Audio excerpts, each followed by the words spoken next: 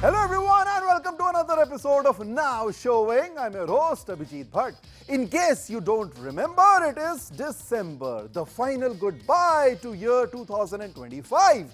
Also a time to take into account how our gym membership went to waste this year as well. And a time to reflect upon किसने इस साल कहा हम साथ साथ हैं और कौन अब कहता है कि हम आपके हैं कौन. वेल और कोई साथ रहे ना रहे भैया, मूवीज और अपना साथ ऐसा, छोले भटूरे और लस्सी की जोड़ी के जैसा. So without further delay, let's take a look at what's brewing on this week's edition of now showing. Kis Kisko Pyaar Karoon 2, starring Kapil Sharma and Manoj Singh, is a bigger, noisier sequel that forgets its own story. Radhika Apte shines in Tisca Chopra's directorial Saali Mohabbat, a quiet, explosive thriller that keeps you guessing. Kunal Khemu brings heart and humor to Single Papa, but the series plays it safe. IRamesh Sippy talks about the Dharam Hema romance, balancing egos and the misunderstanding between Amjad Khan and Salim Javed on the sets of Sholay. And director Gurinder Chadha talks about her film Christmas Karma, confronting bigotry, teaming up with Priyanka Chopra and her bond with Karan Johar. Alright, let's start the show with this week's hottest releases and recommendations. In today's fast-paced times, we order fast food via fast delivery and then fast forward our movies, in the middle of which we fall fast asleep. But सब कुछ ऐसे इतना fast नहीं होना चाहिए यार, especially when it comes to your weekend recommendations. So on that note, please welcome our entertainment and lifestyle editor Tavishi Paitandy, who is here to guide you to some dhamakedar entertainment just so that you can take things a little slow. Over to you, Tavishi. Thank you, Abhijit, and hello everyone. So today's first review, ladies and gentlemen, is brought to you by Confusion, Chaos, and the line that single-handedly sets the tone for an entire film. इंसान हो या संविधान जो सबको अपनाओगे. Yes, that is how Kis Kisko Pyaar Karoon opens. And honestly, it's unintentionally profound because the story is basically about upnowing everyone, especially if you are Mohan Sharma, a man collecting wives like festival season freebies. Kapil Sharma returns as Mohan, a man so unlucky in love, he tries to marry his longtime sweetheart Sonia, but somehow ends up marrying someone else every single time.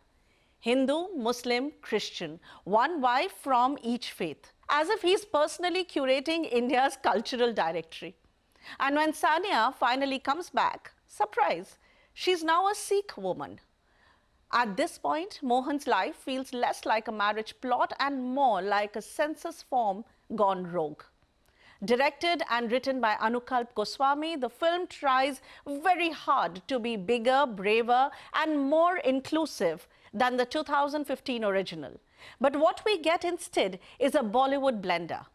Moral messaging, slapstick logic, and identity switching all thrown together. Mohan keeps changing names like outfits. Mahmood for one, Michael for another, Mohan for the third. The only stable character in this film is Confusion. And the weddings? Absolutely wild. One marriage he's tricked into. Another, he's emotionally blackmailed into. And a third, he basically stumbles into like an uninvited Bharati. Instead of emotional depth, the wives come across as melodramatic caricatures, each threatening to kill herself if he leaves. Subtlety has clearly left the chat. The direction feels like a blast from early 2000s. Loud comedies where everything is over the top. Scenes cut like jump scares and logic is a rumor. Producers Ratan Jain, Ganesh Jain, Abbas Mastan, Barmawala definitely aimed for entertainment, but the result is more chaotic circus than comic gold. But one man does steady the ship, the late Asrani, playing a multilingual priest with old school comic charm that reminds you how veteran performers can polish even the weakest jokes into genuine laughter. The writing, meanwhile, keeps tripping over itself. Some jokes land because Kapil's timing is still sharp. But the story jumps around like the editor was holding down the fast forward button. Conflicts appear from thin air, scenes vanish without warning, and the emotional climax feels like the film remembered just at the last minute that it wants to be meaningful. Kapil tries his best, genuinely so, carrying the film with the sincerity of a school kid dragging a too heavy backpack. He's fitter, sharper, more polished. But even he can't rescue a script that collapses under its own weight. Among the supporting cast, Manoj Singh is a standout with effortlessly funny timing. The women, Aisha Khan, Tridha Chaudhary, Parul Gulati, Hira Varina, do what they can, but are trapped in roles that feel ornamental, stereotypical, or just plain underwritten. By the second half, the film suddenly attempts to address unity, religion, acceptance, but only in between loud comedic bits, like last-minute sermon breaks during a circus show. Emotional beats feel forced, continuity breaks apart, and by Mohan's 10th explanation of how he accidentally married someone, the audience has accepted defeat. Technically, the film is average. Loud colors, functional sets, forgettable music, hyperactive editing, and none of it can still hide that the weakest link is the writing. In the end, Kis Kisko Pyaar Karoon 2 is exactly what it promises. Mindless, noisy, slapstick chaos.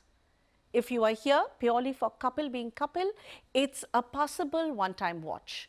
But if you walk in expecting clever humor or meaningful commentary, this film might feel like a prank on your brain cells. Best advice? If you do watch it, leave your brain at home. Trust me, it will thank you later.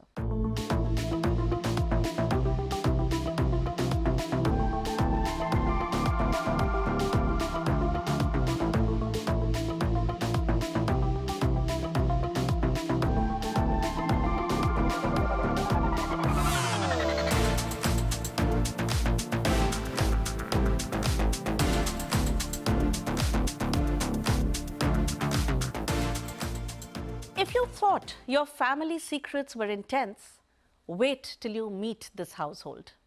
Tisca Chopra's directorial debut, Saali Mohabbat, has finally dropped on ZEE5. And trust me, it arrives with the same quiet confidence as a neighbor who definitely knows all your business.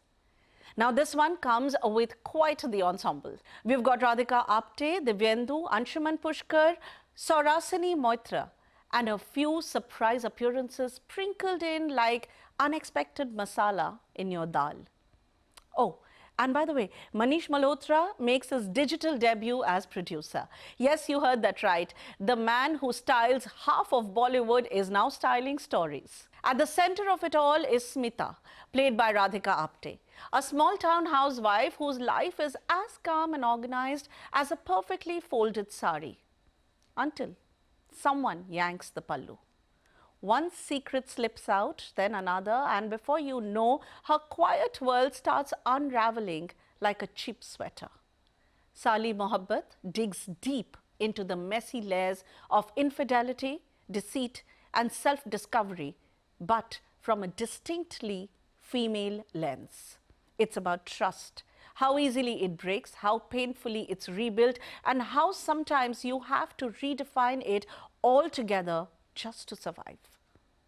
Now, if you are getting Drishyam and Andhadhun vibes, you are not wrong. The film blends sharp twists, emotional tension, and a steady undercurrent of suspense that basically keeps you sitting up straighter than a school child in front row assembly. It pulls you in from frame one. And the best part, you can't guess a single person's true intention. Not even if you try pausing, rewinding, zooming. Trust me, we have tested. One standout, the film's tone. No loud melodrama, no over-the-top theatrics, just calm, controlled storytelling that tightens the screw one turn at a time. It builds anticipation so quietly you don't even realize when you have been stopped blinking. And performances? Radhika Apte absolutely phenomenal. She slips into Smita with such precision and restraint, you forget you're watching an actor. Divyenndu, meanwhile, brings back the effortless charm we have missed, delivering a performance that hits every note perfectly. Saali Mohabbat is gripping, engrossing, and quietly explosive. A thriller that doesn't scream to get your attention, it earns it. So if you are in a mood for secrets, suspense, and storytelling with a sly smile, this one's worth your weekend.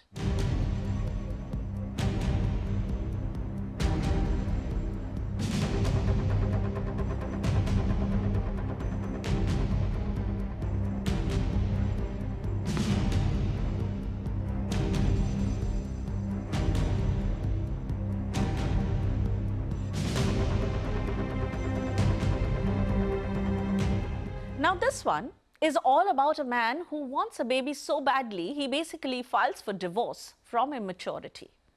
Welcome to Single Papa, a series that follows Gaurav Gehlot, played by a pitch-perfect Kunal Khemu, a man whose wife calls him a man-child. So he walks out and decides he wants a real child instead. One heartbreak, one bar night, and one parked car later, Gaurav discovers a baby abandoned in his backseat. And just like that, he makes it his life's mission to adopt this child, no matter what the system throws his way. And trust me, the system throws everything. A stiff adoption officer played by Neha Dhupia, check. Mountains of paperwork, double check. Relatives, neighbors, random people judging him for breathing wrong, triple check. On paper, it's a rich, touching, socially relevant theme. Single men trying to adopt is a rare conversation, and Single Papa could have said something so powerful. But here's where things wobble. The show leans so heavily into comedy that halfway through it becomes full-blown situational sitcom territory. People appear exactly when needed, problems solve themselves like magic tricks, and plot twists happen mostly because the writer wants a laugh. The humor works, the jokes land, the cast delivers, and the timing is strong. But the predictability creeps in faster than you expect. And then the big question hits you. If the show wants to talk about single fatherhood and the complexities of adoption, does it actually do that? Not quite. Adoption, especially by a single man, is emotionally loaded, legally challenging, and deeply introspective. But Single Papa often simplifies it into a sweet, feel-good montage of learning on the job. Yes, it's cute. Yes, it warms your heart. But it's also simplified to a fault. What truly lifts the series is Kunal Khemu, who is exceptional throughout. His comic timing is so effortless, you forget he's acting. But it's the emotional bits that really get you. Every time baby Amul is taken away from him, the desperation in his eyes feel painfully real. He's the heart of the show. Aisha Raza Mishra brings her signature hilarity. Manoj Pahwa adds quiet depth, and Prajakta Kohli brings charm and freshness to every frame she's in. But here's the thing. If you choose humor as the main vehicle for a sensitive theme, the writing needs a delicate balance. The show nails the humor, but not the balance. You root for Gaurav, you root for the baby, you root for the idea.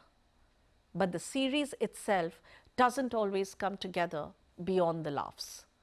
At the end of the day, Single Papa is funny, breezy, warm, but the seriousness is missing. It tries to be both thought-provoking and light-hearted, but only one side truly lands. So watch it for the performances, laugh along with the chaos, enjoy the sweetness. Just don't expect the show to fully do justice to the subject it's really built on.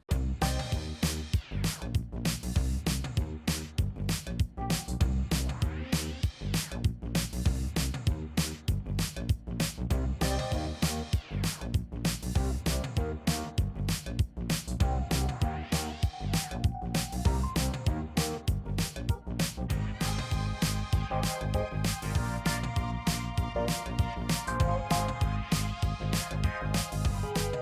you so much, Tavishi, for those recommendations. And moving on, releasing in theaters this week is Sholay. And this restored 4K version has a lot more to offer, including several key moments. Up next, we have the film's director, Ramesh Sippy, speaking to my colleague Vishal Chatkara about the movie's extended ending, the Dharmendra Hema Malini romance, working with Jaya Bachchan, who was pregnant during the shoot, the film's music, the trend of multi-starrers in Hindi cinema, and how he managed egos on the sets of Sholay. Rameshji, your third directorial venture and the biggest film of your career, Sholay, will be re-releasing on December 12th in cinemas in a restored version. The new restored version will be titled as Sholay The Final Cut. What's new in store for the fans this time around when I think it should suffice to say that this is the version that I made originally, and now the final cut as it is, with all the original, due to the emergency at that time in 1975, we could not protest too much. Whatever I tried to do at that time, I managed, but now you will see it in its original form. And the ending? Ending also has changed, because they did not allow the police officer to take revenge. They wanted it that he cuffs him and takes him away. So in this, the original, the one which will be releasing in that, police officer will be arriving and arresting Gabbar Singh. No. Thakur finishes Gabbar Singh. And he'll be arrested.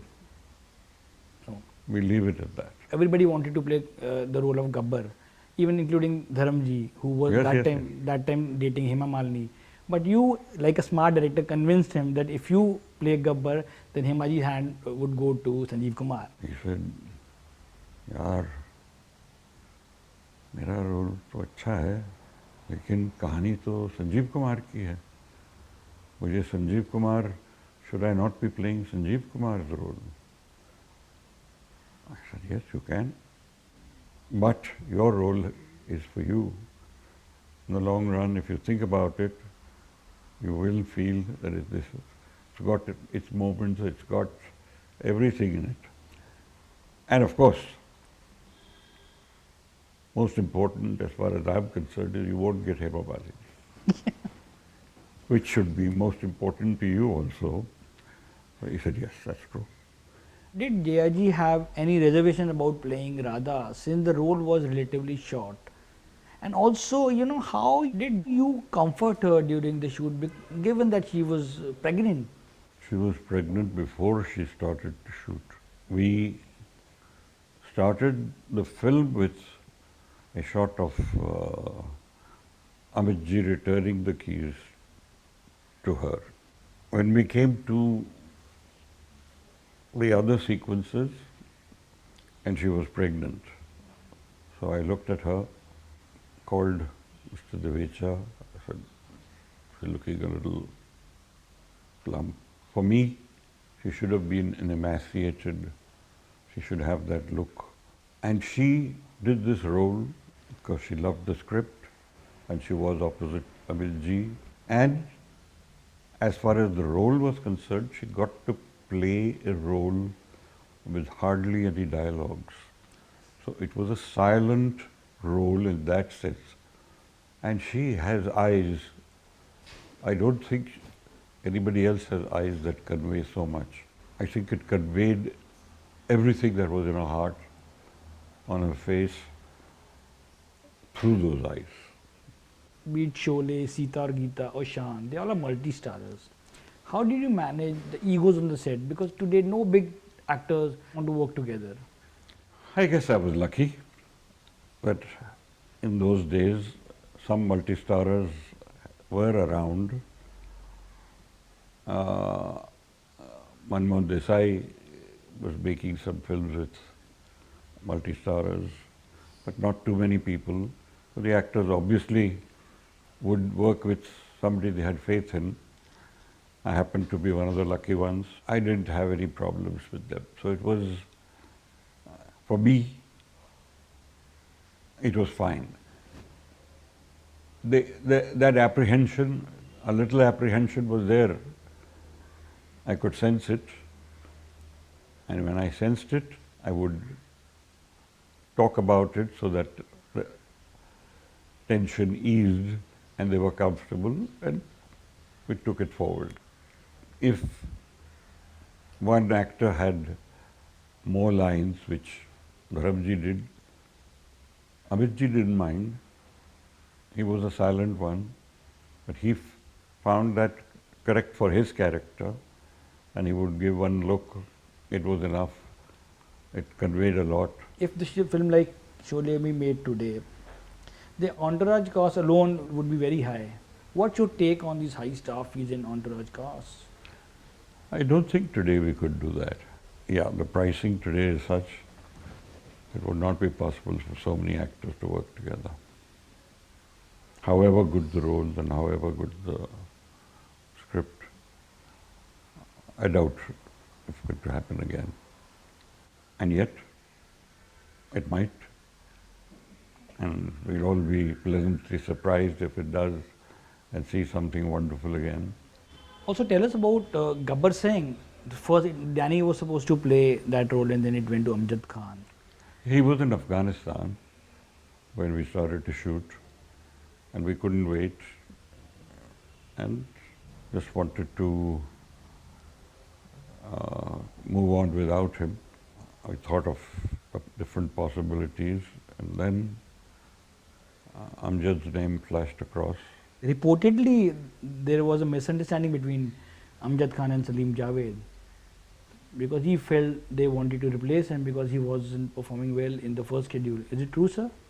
No, they just mentioned that if there is a problem, then you don't have to continue with him. We took a decision, but if it's not working out, maybe they heard from some members of the staff we had a problem. He was taking time to get into the role. The tamaku, which he, wo masal raha hai, tamaku or saath lines bol raha hai. He would either speak the lines or he would do this. Getting him to be comfortable and keep doing it while talking. It took a couple of days of rehearsals, and then he started to get comfortable with that. Just that on that film, I did everything that was possible to get the actors into comfort zone, and get the lighting right, get the cameraman's vision right, get everyone. So, let's talk about the music, sir. Which song, the one you thought in the recording studio, ye to gana hit hai? Mehbooba was the hit in everyone's mind. That would work. Mehbooba was absolutely spot on. A dance number. Helen and yeah. Bend It Like Beckham director Gurinder Chadha's latest big screen offering, Christmas Karma, releases this week in India. The film, which is an adaptation of Charles Dickens' A Christmas Carol, revisits the British classic through a multicultural lens. And to talk about the film, we have director Gurinder Chadha speaking to my colleague Titash Chaudhary about creating a Christmas musical and how a few English males felt she didn't have the right to make it. She also teases a possible collaboration with Priyanka Chopra and talks about her friendship with Karan Johar. Check it out.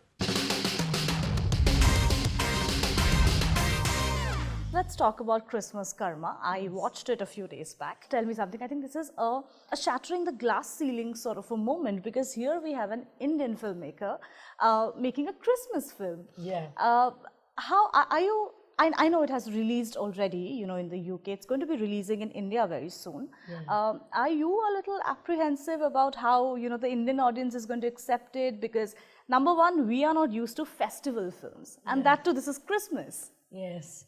Well, the thing is, if you grow up in England, like I have, Christmas is a big deal. Everyone comes together regardless of religion, you know, because it's become like a big family affair. And we follow all the traditions, but at the same time, it's a time of great charity. and giving, and we carry those values, whatever religion you are. I wanted to make a Christmas film, a holiday film, that made me feel like my favorite Christmas film, which is It's a Wonderful Life by Frank Capra. Yes. So that film to me sums up everything to do with the human spirit. A few years back, I was watching it yet again, crying, and my kids were watching me cry. And I just felt like I wanted to make a holiday film that made me feel like that. So, like I was telling you, the film has released, in the UK, and Yes. the reception has been sort of a mixed bag kind of a reception. Yes. And you interestingly had said that this is perhaps the bias, against diaspora films. Yes. How do you see that acceptance changing now, for such films? Well, There- I think what's been interesting, there were a few English males who felt that I didn't have the right to make a Christmas film. Really? Yeah, and so their position was very much, no, leave Christmas alone, it's our holiday. And so what you're seeing is this idea of bigotry, which is symptomatic of a lot of what's going on politically, around the world. And I just think that they actually did not ever engage with the subject matter of the film. They just did not like the idea of me, a British Indian filmmaker, making a film about their holiday as they perceived it. Sure. But then for me, that's what I always do. I mean, with Jane Austen, I didn't have any trouble. Everyone was like, oh yeah, Austen, great, Yeah. So it's interesting how times have changed, I want to know, is it still a struggle to mount a film by an Indian maker about the immigrant community in the UK? What happened when you made your first film, Bhaji on the Beach? Was it difficult to mount that film? So Bhaji on the Beach, I was very lucky because the woman who was in charge of Film 4 at the time, Karen Bambra, she saw my first short and said, this is an important new voice, I want to nurture it. So she nurtured me, and that's how I made Bhaji on the Beach. And then ever since then, it's always been a struggle to make a film. I can imagine, It's always yeah. a struggle to get our stories out there and told. And after Bendit, I was shocked that there weren't more films being made. I thought, that film has made so much money and has such an impact. I don't understand why there aren't more films coming from that perspective. I will have to talk about Priyanka Chopra journalist. Of And I course. just heard you telling someone that, how close a friend she is to you. But the idea to get Priyanka Chopra to sing Last Christmas here in Christmas Karma, was it somewhere also dictated by the fact that, okay, I think this is going to also be a good marketing strategy to tap into various markets? Well, when I met the George Michael people, they said, why don't you use Last Christmas? And they said, why don't you do a Bollywood version? So that's when I started thinking, And then who do I know? I know Priyanka. Yeah. She's Bollywood. Yeah. She used to sing, and she's a lovely friend of mine. And so that's why I called her. And I just said, look, Yar, it was one of those. Yar, Yeah. what do you think? Yeah. She said, you're mad. And I said, come on, it'll be a laugh. It's a tamasha thing at the end of the film. And I think she just wanted to have some fun, She has always supported me. I have a lot of respect for her, to go from very high up in the industry here, then go to America when no one knew who she was. True. And she went in, did all the hard work, had the meetings, and has made a name for herself over there. It's a very impressive thing. And unless you do that, it takes a lot of courage to do that, You and Meera Nair, I think very distinct voices, Yes. Many would even say two different schools of cinema in a way. Yeah. But has there ever been a conversation to just work together? Has there been offers ever? Can you imagine me and Meera sitting there directing a scene together? Oh my I God. don't think so. We have our own WhatsApp group. Oh, really? And yeah, Meera called it the Benji Brigade. That's us. And I'm not sure about the word Benji, but that's her word. But that's a fantastic spin on the narrative, I think. Yeah, the three of us, and we were with her during her son's race and wishing her well and everything. So we do talk. That is good. You know, I'll have to ask this. You recently hosted a screening, I think, for Homebound. Yes. Yes. You met Karan. You know, you met them all. Yes. How was it like? What's your thought on the film? Well, Karan I've known for a long time, very long time. Right. And so when he called me, he said, "Will you please host?" I said, "Yeah, of course, yeah, no problem." So we have that relationship. That's also, nice. Karan is Punjabi, you know. Oh, yes. And I knew his father, you know, I met his father. Yash Johar, Yash Johar, along with Yash Chopra ji. I met them both in London. Oh, you okay. know, when Bendit came out. In fact, I took them, Yash ji saw it in Cannes, actually, in 2002. And that was the first time I met Karan. And then in London, I had met Yash ji somewhere, and he was like, "Chalo, ki ho raha?" I said, "Meri picture lagi hai." And he goes, "Chal, dekhte hain." So we got in a taxi, I took him to Leicester Square, and we watched the film together. Fab. And he was going, "Wonderful job, well done, Gurinder." So it was nice. I got the blessings of these great people, these great producer directors. Yeah. And, but it was the Punjabi connection that they loved. And with that, we have come to the end of another episode of Now Showing. भाई शादी से पहले होता है रोका और अगला हफ्ता हमें फिर से देगा आपसे मिलने का मौका. Till then, this is me Abhijit Bhatt signing off. Stay filmy, stay fabulous.